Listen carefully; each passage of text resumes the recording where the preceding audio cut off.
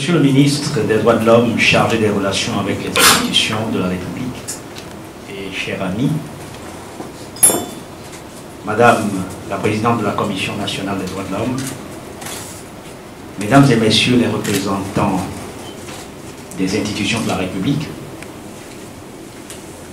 Mesdames et Messieurs les représentants des organisations internationales, Mesdames, Messieurs les membres de la Commission interministérielle de rédaction des rapports initiaux, périodiques et de suivi des droits de l'homme, Mesdames, Messieurs les membres de la plateforme multi-acteurs, chers collègues, membres du panel Watch, Monsieur le Président du Centre de documentation de formation sur les droits de l'homme, CDFDH, distingués invités en vos grades, titres et qualités respectifs. Je suis tout particulièrement heureux de m'adresser à vous dans le cadre de ce dîner d'échange portant sur les acquis et perspectives liées à la situation des droits de l'homme dans notre pays. En effet, ce type de concertation constitue l'une des plus vibrantes et des plus belles expressions de la démocratie. Il a bien souvent été, dans le cadre de notre nation et de bien d'autres dans l'histoire du monde, une occasion de croisement des idées, de confrontation de points de vue des divers acteurs qui animent la vie sociopolitique, mais aussi un cadre de décision et de consensus sur les actions et mesures importantes qui déterminent le mieux-être et le bien vivre ensemble des citoyens. Aussi, voudrais-je, dès l'entame de mes propos, rendre un hommage mérité aux différentes personnes qui, de par leur connaissance des hommes et des couloirs, et de par l'intérêt qu'elles portent à la chose publique, ont œuvré par divers moyens pour que la rencontre de ce jour soit une réalité. Monsieur le ministre, chers invités, comme vous le savez, la poursuite de l'idéal démocratique, de la bonne gouvernance et de l'état de droit tel que voulu et consacré par les pères fondateurs dans notre loi fondamentale est une quête perpétuelle que notre pays partage avec beaucoup d'autres en Afrique depuis quelques décennies. Je voudrais m'acquitter d'un devoir en saluant toutes les initiatives qui auront permis et qui continuent de contribuer à rapprocher le Togo de cet idéal. Si certaines sont du fait du gouvernement, d'autres ont été proposées par la société civile qui s'est imposée au fil du temps comme un acteur décisif, tributaire de bien de changements positifs que notre pays a connus durant des années. C'est justement de ce positionnement de la société civile dans l'évolution de la situation de notre pays que nous avons tiré les fondements du groupe d'experts de la société civile réunie au sein du panel Watch, structure au nom duquel j'ai le plaisir de prendre la parole aujourd'hui. Le panel Watch a été mis en place par le Centre de documentation et de formation sur les droits de l'homme, dont il est l'instance principale d'orientation sur les questions liées au respect des standards internationaux dans le domaine des droits humains. Ces activités sont guidées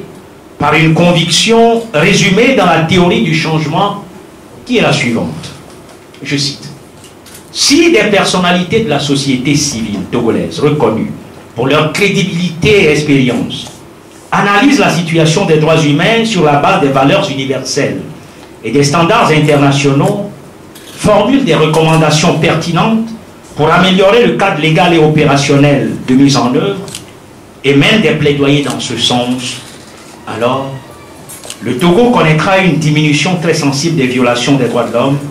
et sera un modèle pour les autres pays. Monsieur le ministre, chers invités, il aurait peut-être fallu rajouter à cette théorie ceci: si les membres du panel Watch font leurs recommandations, les plaidoyers. Et si ces recommandations sont prises en compte par les pouvoirs publics, alors le Togo connaîtra une diminution très sensible des violations des droits de l'homme et sera un modèle pour les autres pays. Mais si nous ne l'avons pas mis, c'est parce que nous avons considéré que lorsque nous ferons des recommandations qui seront des recommandations objectives, nécessairement, le gouvernement togolais les prendra en considération. Depuis un peu plus d'1 an, mus par cette conviction, nous avons dans différents cadres mis en place à cet effet reçu une diversité d'acteurs sociopolitiques et d'institutions étatiques qui ont bien voulu partager avec nous leurs opinions sur différentes thématiques des droits de l'homme et des faits majeurs liés à l'actualité sociopolitique du Togo. Des partis politiques tels que UNIR, ANC, UFC, le NET, le SMPDD, la C14, des institutions étatiques à l'instar de la Cour suprême, le médiateur de la République, la Hague et bien d'autres ont relevé les défis et les opportunités, pris note de nos recommandations sur des questions importantes telles que la protection de l'espace civique, la protection des droits de l'homme par les institutions de la République et très récemment les réformes constitutionnelles du 8 mai 2019. Monsieur le ministre, dans sa mission d'évaluer la situation des droits de l'homme dans notre pays sur la base des standards internationaux, notre groupe a toujours pu compter sur le ministère dont vous avez aujourd'hui la charge comme un partenaire stratégique. C'est donc un secret de polichinelle d'affirmer ici que votre nomination à la tête de ce département ministériel dédié aux droits humains et aux relations avec les institutions de la République, lorsque nous connaissons votre background ainsi que votre parcours personnel, est venu renforcer cette collaboration et susciter chez nous beaucoup d'espoir pour l'amélioration de la situation des droits de l'homme dans notre pays.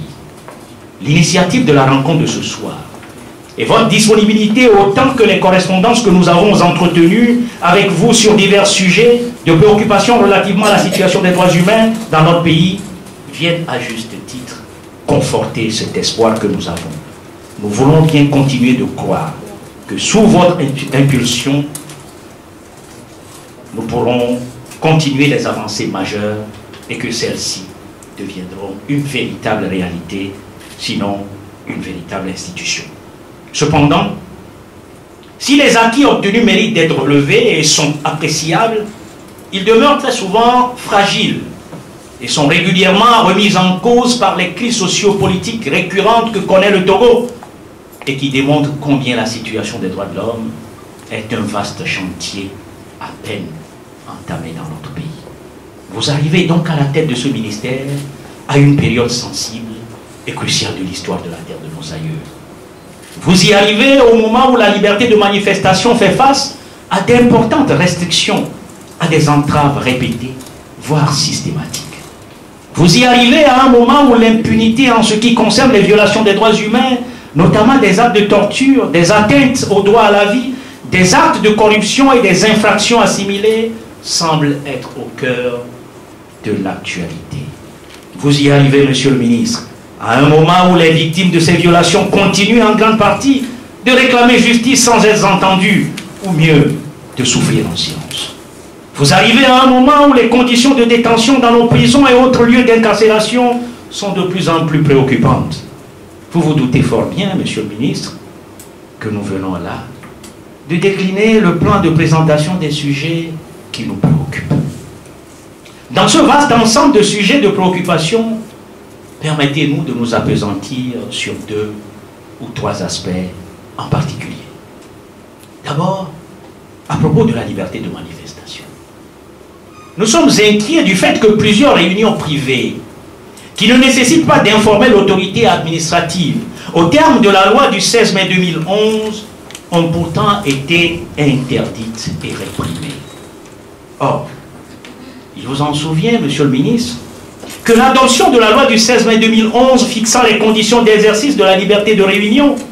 et de manifestation publique pacifique, notamment, a été commentée par les acteurs de la vie sociopolitique au Togo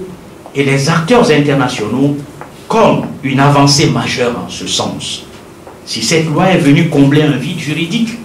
force est de constater qu'elle se heurte aujourd'hui dans son application à plusieurs limites, à plusieurs entraves. L'interprétation des dispositions de cette loi a souvent fait l'objet de controverses entre les autorités étatiques chargées de son application et les organisateurs des manifestations. Cet état de choses a plusieurs fois été à la base des diverses entraves à la liberté de manifestation sur lesquelles nous aimerions attirer votre attention. Il s'agit entre autres des points suivants. Les interdictions générales et absolues des manifestations. À plusieurs reprises, en effet, et surtout au cours de ces 2 dernières années, des manifestations ont été interdites sans que la décision d'interdiction n'ait été motivée par des risques de troubles à l'ordre public, comme le prévoit la loi du 16 mai 2011 que nous avons mentionnée. C'était récemment le cas de l'interdiction de la manifestation anti-CFA à Kara, où le président de la délégation spéciale a donné pour réponse au préavis de manifestation l'élément suivant, je cite: « Je marque mon avis non favorable à cette manifestation à laquelle je vous demande de surseoir impérativement. » Fin de citation. La modification tardive des interdictions des manifestations empêchant la saisine des juridictions administratives, seul recours en la matière. Monsieur le Président, Monsieur le Ministre, très souvent, il a été constaté que les interdictions de manifestation ne respectent pas les délais prescrits par le cadre légal en vigueur, ce qui réduit à néant les possibilités pour les organisateurs de saisir le juge administratif. Le cas de l'interdiction du meeting du Front citoyen Togo Debout, par arrêté du président de la délégation spéciale de la commune de Lomé, la veille de cette manifestation, c'est-à-dire dans la soirée du 6 avril 2018, en est un exemple patent. Les modifications des itinéraires des manifestations détournent là leur objet. Nous avons eu à constater que de façon unilatérale et systématique, l'autorité administrative procède à la modification des itinéraires de plusieurs manifestations. Un exemple, pour modifier l'itinéraire de la marche de la C14 initialement prévue pour le 12 janvier 2019, le ministre de l'administration territoriale, de la décentralisation et des collectivités locales a donné comme motif dans son courrier du 9 janvier 2019 ce qui suit, je cite: « Pour éviter que la poursuite d'utilisation de ces tronçons ait lieu pour les manifestations n'entraîne des risques de troubles graves à l'ordre public, le gouvernement a décidé que ces tronçons, places et quartiers utilisés durant plus de 7 mois soient soulagés. » À propos de l'impunité, pour les cas de violation des droits de l'homme, notamment les actes de torture et les atteintes au droit à la vie, vous n'êtes pas sans savoir, Monsieur le Ministre, qu'au cours de ces différents examens des mécanismes des droits de l'homme des Nations Unies auxquels le Togo a participé, la question de l'impunité d'auteurs présumés d'actes de torture et de mauvais traitements, ainsi que celle de la réparation des victimes, ont été évoquées comme des sujets majeurs de préoccupation. Sur la base des recommandations qui ont été formulées à son endroit, le gouvernement togolais s'est engagé à prendre des mesures pour relever ces défis. Alors que le Togo s'apprête à repartir devant le comité contre la torture pour l'examen de son second rapport, lequel examen aura lieu du 23 au 26 juillet 2019 au cours de la 67e session du CAT, force est de constater qu'en dépit des engagements, ces questions restent d'actualité et constituent un frein majeur à l'amélioration de la situation des droits de l'homme ainsi que de l'enracinement de la démocratie et de l'état de droit au Togo. Des rapports des droits humains publiés par la CNDH et les ODDH ont épinglé différents présumés auteurs des actes de torture, de traitements ou peines cruelles, inhumaines, dégradants, qui, jusqu'à ce jour, ne semblent nullement inquiétés. Loin de nous l'idée de vouloir être alarmiste. Monsieur le ministre, nous serons toujours les premiers à relever les avancées positives que notre pays connaîtra dans le domaine des droits de l'homme. Nous voudrions vous rassurer de notre disposition à vous accompagner sur ce vaste chantier que nous savons ne pas être aisé et faire en sorte que notre pays sorte définitivement de l'eau de ceux qui adoptent les textes mais ont du mal à les mettre en application dans le domaine des droits de l'homme. Si le Togo va mal, s'il est mal vu, s'il est mal coté, tous les Togolais que nous sommes en souffrent. Nous voudrions donc que les points positifs viennent s'inscrire définitivement sur ce tableau et permettre à notre pays d'être parmi ceux qui brandissent l'étendard du respect des droits de l'homme. S'il y a bien un droit qui ne fera pas l'objet de contestation ce soir, cependant, Monsieur le ministre, messieurs les invités, c'est bien le droit à l'alimentation. Le ministre qui nous accueille aujourd'hui s'est mobilisé pour nous garantir au maximum ce droit.